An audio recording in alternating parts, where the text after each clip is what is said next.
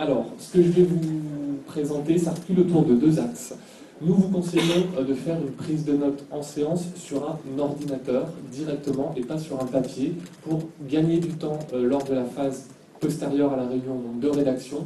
En séance, essayez de constituer au moins une trame de votre PV, un conducteur. Deuxièmement, je pars du principe aussi que les débats sont enregistrés, ce qui vous permettra de compléter votre document et de vérifier les informations facilement a posteriori. Alors, trois phases, trois axes dans la préparation de votre PV. Tout d'abord, en amont de la réunion, ce qu'on vous conseille, c'est de préparer effectivement la trame de votre futur PV, c'est-à-dire dupliquer le fichier Word, le fichier informatique de votre ancien document, et conserver les champs, les données qui sont déjà rentrées, que vous n'avez pas forcément à dupliquer. Une fois que vous avez créé et dupliqué votre nouveau PV, vous avez juste à actualiser les en-têtes et les pieds de page. Peut-être vous pouvez modifier la date du titre général, mais vous n'avez pas besoin de tout retaper. Vous pouvez conserver certaines phrases, par exemple la phrase d'ouverture, la séance est ouverte par exemple à 10h sous la présidence de Monsieur X, vous n'avez pas besoin de la retaper, vous avez juste à actualiser l'heure, et la phrase de fin de PV, l'ordre du jour étant épuisé, la séance est levée à telle heure également, est déjà tapée, donc conservez-la. Essayez en gros de conserver le maximum de la structure du PV précédent pour créer votre PV à venir. Donc, voilà, pour résumer, je crée le support de rédaction de mon futur PV. C'est toujours du temps de gagner. Deuxième étape, structurez votre document, c'est-à-dire que vous avez l'ordre du jour en amont de la réunion. Donc dans votre futur PV, dans votre projet de PV, vous allez copier-coller l'ordre du jour. Veillez bien à demander à la direction une transmission en version Word et pas PDF, dans la mesure où ça va vous éviter de recopier tout le contenu de l'ordre du jour dans votre PV. C'est une perte de temps, c'est un petit peu fastidieux. Une fois que vous avez copié-collé votre ordre du jour, mettez-le en forme, c'est-à-dire appliquez les niveaux de titres qui correspondent à votre présentation, donc grand A, grand 2, grand 3, etc. Vous aurez ainsi déjà une trame propre et visuellement agréable et confortable pour commencer votre prise de notes pendant la réunion.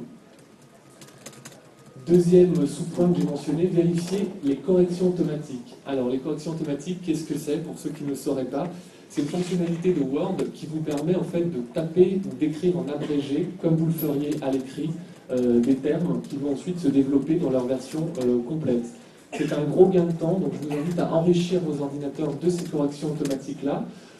Exemple, imaginons un président de CE qui s'appelle Benjamin Texier et qui va, pendant 4 heures de réunion, prendre la parole. Donc, le rédacteur du PV va écrire Benjamin Texier, Benjamin Texier, Benjamin Texier à de très très nombreuses reprises pendant toute la réunion et pendant toute la rédaction. Moi, je pense qu'il vaut mieux taper ces initiales BT qui se développeront toutes seules en Benjamin Texier dans la mesure où c'est beaucoup plus rapide et vous aurez un temps de rédaction optimisé. Les corrections automatiques, vous pouvez les rentrer sur, par exemple, tous les noms des élus, tous les noms des gens qui composent l'instance, et sur certains termes récurrents dans vos débats, dont vous savez qu'ils vont revenir à plusieurs reprises. Je suis à votre disposition fin de séance si vous voulez plus de détails sur cette fonctionnalité, savoir comment ça fonctionne, je pourrais vous répondre. Deuxième phase de rédaction de PV pendant la réunion. Comme je vous le disais, l'objectif c'est d'avancer le plus possible sur la structure, voire même sur le contenu de votre PV pendant les débats. L'idée est d'exploiter son temps de présence en réunion. Par exemple, utiliser les temps morts, utiliser la fin d'une suspension de séance, utiliser le moment où les participants vont signer la liste d'émargement, par exemple, pour actualiser votre tableau des présents qui figure en page 1 de votre PV. Rédiger aussi en temps réel, si vous le pouvez, les informations faciles et qui ne nécessiteront pas forcément une réécoute. Par exemple, le point 1 de votre réunion, à pro du PV de la réunion précédente, c'est très facile en une phrase de saisir le résultat du point en mettant le nombre de voix pour, le nombre de voix contre ou le nombre d'abstentions. Deuxième exemple, un point par exemple sur les effectifs à la fin du mois, admettons à fin septembre 2013, la direction va fournir à la volée quelques informations, par exemple 300 collaborateurs, 280 CDI, 20 CDD, le nombre d'hommes, le nombre de femmes, bref, toutes ces informations, vous pouvez facilement les saisir à la volée sans vouloir produire de phrases définitives ou exploitables dans l'instant, mais en tout cas, c'est facile de valider ce passage-là sans avoir à le réécouter par la suite. Donc voilà, en guillemets, essayez, même si vous écrivez un petit peu avec un style télégraphique, essayez de rédiger, de valider certains passages de la réunion. Vous gagnerez un temps précieux postérieurement justement à la réunion. Donc rédiger l'ébauche du PV, je l'ai déjà un petit peu abordé, matérialiser les principales prises de parole dans votre document. Certes, vous connaissez vos collègues représentants du personnel. Admettons que des intervenants extérieurs invités interviennent à votre réunion, par exemple prestataire pour la mutuelle qui vient faire une présentation pour vous présenter les avantages de sa mutuelle à lui. À la réécoute de la vente, si vous n'avez pas matérialisé les prises de parole, vous ne serez pas capable d'attribuer les propos à la bonne personne. Donc par exemple, mettez les noms de ces personnes-là au moment où elles vont parler, si vous savez que vous ne les connaissez pas, en amont. Deuxièmement, je l'ai déjà un petit peu dit, acter les résultats des votes. Les votes ne sont pas forcément enregistrés, c'est-à-dire que sur l'enregistrement, vous allez par exemple pouvoir entendre qui est pour, qui est contre, qui s'abstient, sans forcément que le résultat du vote soit expressément verbalisé. Dans ces cas-là, sécurisez votre information et écrivez dès la séance 2 voix pour, 3 voix contre, une abstention, voilà, dans la mesure à retrouver facilement ces données, à avoir validé cette information qui est quand même dans une information consultation la plus importante.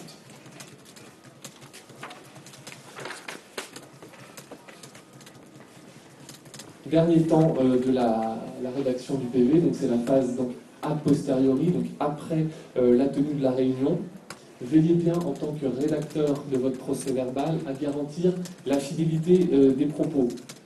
Tout d'abord, rédiger avec neutralité, avec impartialité.